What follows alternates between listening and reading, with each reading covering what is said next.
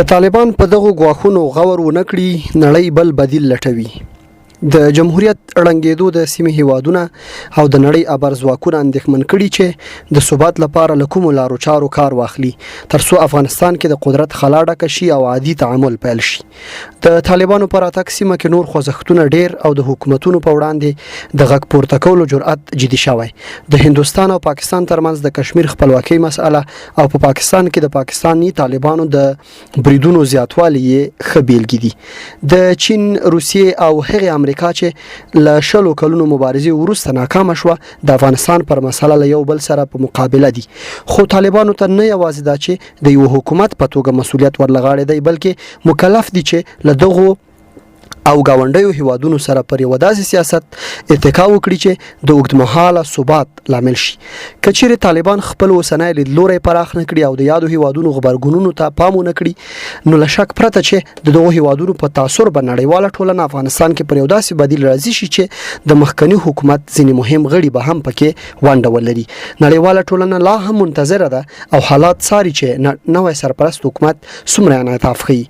زما په اند افغانستان باید د مخکې په څیر د نسبي بې پلوي سیاست په توګه له ښه درایت کار واخلي. دا سمه ده چې افغانان به ښه مسلمانان وي خو له نړۍ سره د تعامل او ثبات لپاره د اسلامي سیاست په دورشل کې اړتیا ده چې له ټولو هیوادونو سره یوه داسې اړیکه چې متقابلې ګټې پکې ښې پیاوړې وي او پراخه راشدر شوي ټینګه شي. ټولو په ځانګړي ډول افغانستان مسأله کې ښکېلو هیوادونو ته باید په عملي ډول وښودل شي چې طالبان له دوی سره د حکومت په توګه ښه چلند کولی شي ځکه دوی په یو مهم پړاو کې دي یعنی مجبور دي چې په رسمیت وپېژندل شي.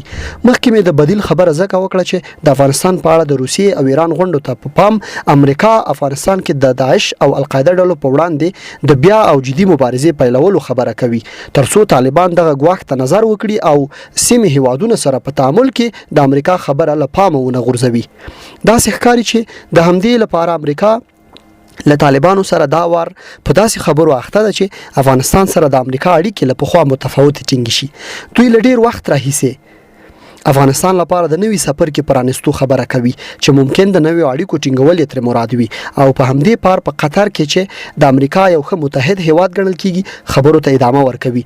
که طالبان د نړۍ په اصطلاح افراطیت ته ادامه ورکړي او دین د وسلې په توګه لا هم وکاروي نو فکر نه کوم چې دا وړی دې شړی شي ځکه له یوې خوا افغانان پوهیږي چې دوی 100 کاله د خپل امانت تحکیم لپاره جګړه ګرمه ساتلې وه او له بلې خوا دوی په داسې محل کې واک په پوځي ډول نیولای چې د کابینې مهم غړي د ملګرو ملتونو په تور نوملړ کې شامل دي او ان دوی ته تر پرونه د ترهګریزې ډلې ګمان کېده. دا یو داسې تریو کګلیچ دی چې تر وتل مهارت غواړي.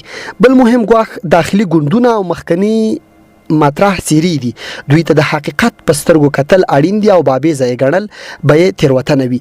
که ورته بحث پرانستی پرېښودل شي او ورسره خبرې ادامه ولري نو ښایي نړیوالو ته د طالبانو پرانستی فکر واضح شي او به پوهیږي چې دا وار افغانستان کې د باثبات حکومت اراده شته. له همدې امله به منفي فکره هیوادونه خپل لیدلوری بدل کړي او د اتصال پراخېدو مسأله کې به مهم ګامونه واخلي. هیواد کې د ملي اجماع جوړېدو ستونزه پخوا هم ستونزمنه وه او د طالبانو په وړاندې هم ده ځکه تېرې 2 لسیزې افغانستان کې مختلفې ایډیالوژیو پراختیا موندلې ده. اوس د دغه حالت سمبالول سره له دې چې وخت غواړي خو کېدای شي چې د بنسټ په پراخولو او ډیر انعطاف په ښودلو سره دا مسأله هم ورو ورو حل شي.